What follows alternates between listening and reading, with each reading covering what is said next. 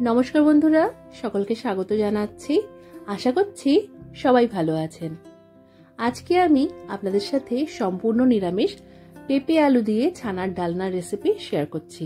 রুটি, ভাত, পরোটা, লুচি সবকিছুর সাথে এই রেসিপিটা খুব ভালো লাগে। রেসিপি ভালো লাগলে ভিডিওটাকে লাইক আর শেয়ার করতে ভুলবেন না। এই রেসিপিটা তৈরি করার জন্য আমি এখানে 1 লিটার দুধের ছানা কাটিয়ে নিয়েছি।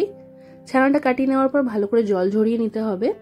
তারপর এর মধ্যে আমরা 1/4 চা চামচের মতো নুন, 1/4 চা চামচের মতনই অল্প চিনি আর একটু গরম মশলার গুঁড়ো, যার মধ্যে আছে দারচিনি, ছোট এলাচ আর লবঙ্গ, সেটা দিয়ে ছানাটাকে খুব ভালো করে মেখে নেব। ঠিক যেইভাবে আমরা আটা বা ময়দা মেখে থাকি ঠিক সেইভাবেই হাতের তালুর সাহায্যে চেপে চেপে এটাকে ভালো করে ঠেসে ঠেসে মেখে নিতে হবে। এতে করে ছানাটা খুব সুন্দরভাবে মসৃণ হয়ে যাবে।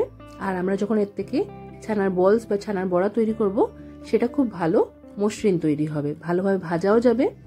এখানে দেখতেই পাচ্ছেন এইভাবে আমি মোটামুটি 2 মিনিট সময় ধরে ভালো করে ছানাটাকে মেখে নিয়েছি। এবার এই ছানার থেকে আমরা ছোট ছোট বলস তৈরি করে নেব। তো এই মেখে রাখা ছানার থেকে একটু একটু লেচি কেটে নিয়ে হাতের তালুর সাহায্যে এগুলোকে ভালো করে গোল করে নিয়ে একটু এইভাবে চেপটে নিয়ে রেডি করে নিতে হবে। এইভাবে প্রত্যেকটা ছানার বলস বা বড়া আমরা রেডি করে নেব।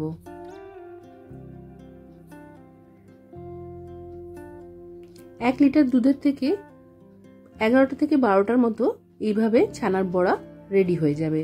আর এখানে আমি একটা 500 গ্রাম পেঁপে আর প্রায় 2টো মাঝারি সাইজের আলুকে এইভাবে ডুমো ডুমো করে কেটে নিয়ে ধুয়ে রেখেছি। এর মধ্যে আমি 1 চা চামচ নুন আর 1 চা চামচ হলুদ গুঁড়ো দিয়ে ভালো করে মাখিয়ে নিয়ে প্রায় 10 মিনিটের জন্য এটা রেখে দেব। এতে করে পেঁপে আর আলুর থেকে জলটা বেরিয়ে যাবে আর এগুলো খুব তাড়াতাড়ি নরম হয়ে যাবে।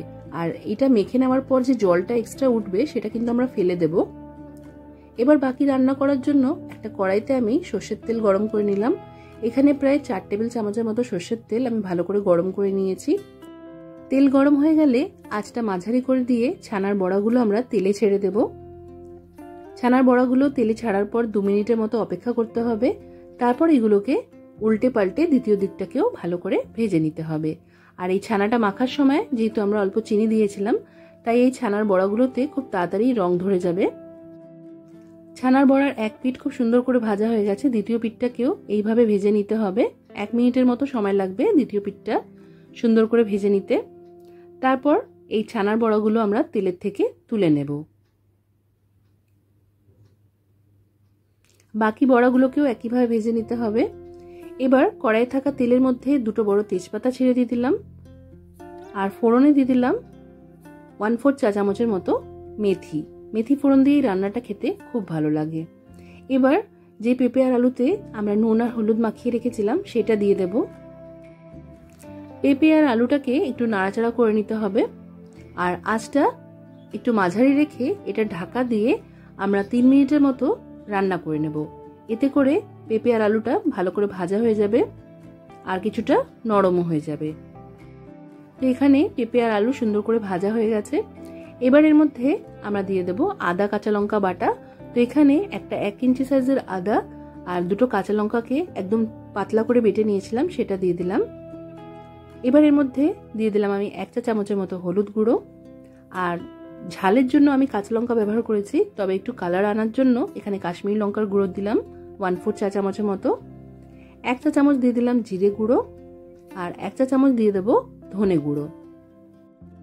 এবার এই রান্নায় গ্রেভির স্বাদটার জন্য অল্প নুন দিয়ে দিতে হবে। আমরা প্রথমে নুন দিয়ে এটা মাখিয়ে রেখেছিলাম পেঁপে আর আলুটা, তাই সেটা বুঝে এর মধ্যে এক্সট্রা আমাদের নুন অ্যাড করতে হবে। তো এখানে আমি 1/4 চা চামচের মতো নুন অ্যাড করলাম। এবার এই সব কিছুকে ভালো করে মিশিয়ে নিতে হবে। আঁচটা এই সময় একটু কমিয়ে রাখতে হবে, কমানো আঁচেই এটাকে ভালো করে কষাতে থাকতে হবে। 1 মিনিটের মতো কষিয়ে নিয়ে এবার এর মধ্যে একটু টমেটো পেস্ট দিয়ে দিলাম। একটা মাঝারি সাইজের টমেটো পেস্ট দিয়েছি। টমেটো পেস্টটা দিয়েও ভালো করে মিশিয়ে নিতে হবে। আরও 2 মিনিটের মতো এটাকে কষিয়ে নিতে হবে। এই সময় 2 মিনিটের জন্য আমি ঢাকা দিয়ে কষিয়ে নিলাম, এতে করে এটা তাড়াতাড়ি কষানো হয়ে যাবে।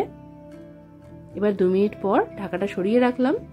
আরেকবার সবকিছুকে ভালো করে মিক্স করে নিয়ে চেক করে নিতে হবে যে পেঁপে আর আলুটা ভালো করে সেদ্ধ হয়েছে কিনা। যদি মোটামুটি সেদ্ধ হয়ে যায় তাহলে এর মধ্যে আমরা যেরকম গ্রেভি রাখতে চাই সেই অনুযায়ী জল দিয়ে দিতে হবে। তো আমি এখানে একটা মাঝারি সাইজের কফি মাগের ভর্তি ভর্তি জল দিয়ে দিয়েছি। আর জলটা একটু বেশি করে দিয়েছি কারণ এর মধ্যে পেঁপে আর আলুটাও সেদ্ধ হবে আর ছানার বড়াগুলোও ফুটতে পারে, সেরকমই এর মধ্যে জল দিতে হবে। তো এখানে এবার গ্রেভিটা জল দিয়ে ভালো করে মিক্স করে নিলাম। এবার এর মধ্যে 1 চা চামচ চিনি, 1/4 চা চামচের মতো গরম মশলার গুঁড়ো আর 1 চা চামচ দিয়ে দিলাম ঘি। এই সব কিছুকে খুব ভালো করে মিশিয়ে নিতে হবে।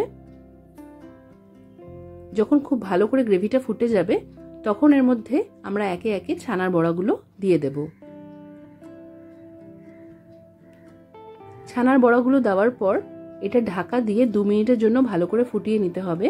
এতে করে এই ছানার বলসগুলোর ভেতরে খুব সুন্দরভাবে মশলাপাতি ঢুকে যাবে আর এটা খুব সফট নরম হয়ে যাবে।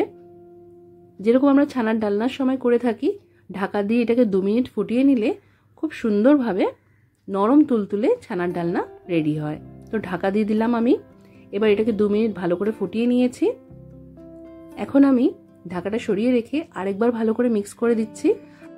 আর এইভাবে আলতো করেই মিক্স করতে হবে, না হলে কিন্তু ছানার বড়াগুলো খুন্তি লেগে গিয়ে কেটে যেতে পারে, মানে আলাদা আলাদা ছেড়ে ছেড়ে যেতে পারে। তো এখানে আমাদের পেঁপে আলু দিয়ে ছানার ডালনা রেডি হয়ে গেছে। এবার আমরা আঁচটা বন্ধ করে দিচ্ছি। আজকের এই রান্না আপনাদের কেমন লাগলো কমেন্ট করে জানাতে ভুলবেন না। আজকের মতো এখানেই শেষ করলাম। সবাই খুব ভালো থাকবেন আর সবাইকে খুব ভালো রাখবেন। ধন্যবাদ।